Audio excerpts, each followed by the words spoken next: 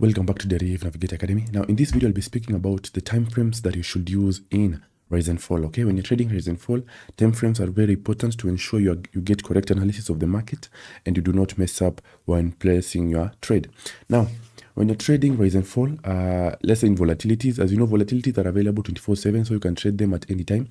You do not require to do a lot of analysis. Okay, volatilities are not the same as let's say currencies like Euro USD, USD GBP, and so on.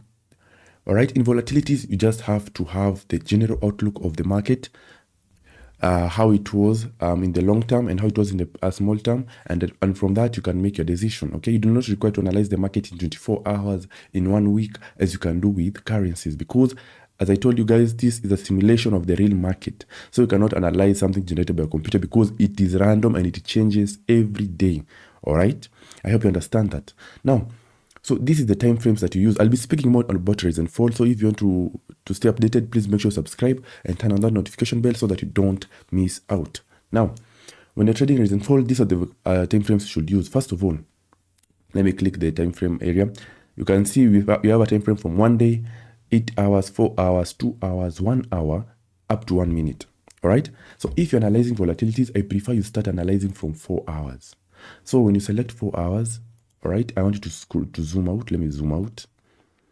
All right, that will give you a general idea of how the market is moving in the 4-hour time frame. So it will give you a general idea. And then after 4 hours, you proceed and move on to 2 until 1 minute. All right. In trading, don't be lazy. Just be careful. Again, the money, as you can see, the market is moving up. We go to 1 hour and see how the market is doing. We just zoom out a bit. As you can see, the market again is moving up. And then we go to 30 minutes. Ensure you go from 4 hours up to, you can even start at 8 hours before you trade, because remember guys, you are using your money. So you have to really protect it. Otherwise it will go away. All right, so I'll zoom out. As you can see, the market is still going up. So let me come back to 15 minutes and see how it is. In 15 minutes, as you can see, the market is still moving up. When I come to 10 minutes, the market is still moving up, which is very nice. All right, so just proceed doing that until the 1 minute. All right, yeah, so I'll just go to 1 minute directly. I hope you have all understood what I'm doing. So in 1 minute now, this is what you should do. Now, the 4-hour time frame gives you a general idea of how the market is. The 1 hour time frame gives you a confirmation of the 4-hour time frame. So if the 1 hour and the 4-hour time frame are matching, that is very good and that is very nice. It shows you the market is really moving in that direction. Now, the final confirmation, the final confirmation is the 1 minute time frame and the 5. So the 5 minute time frame will be the confirmation, but the 1 minute time frame will be the execution. Okay, you will use the 1 minute for execution. Okay, so the 4-hour gives you a general idea.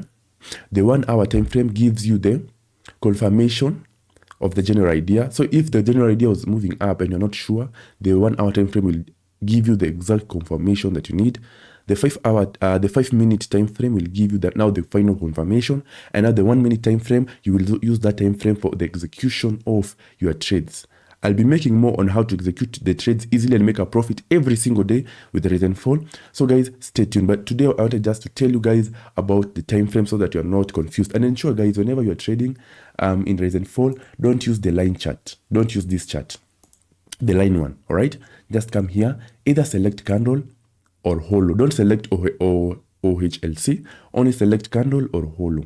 Those two are very easy to analyze. All right, and basically guys, those are the best time frames that you should use in rise and fall. If you have any question, please put it down in the comment section and I will answer you. Otherwise guys, thank you very much for watching this video. Please make sure to subscribe if you have enjoyed this video, and please make sure you like and turn on that notification bell so that you do not miss out whenever we upload a new video.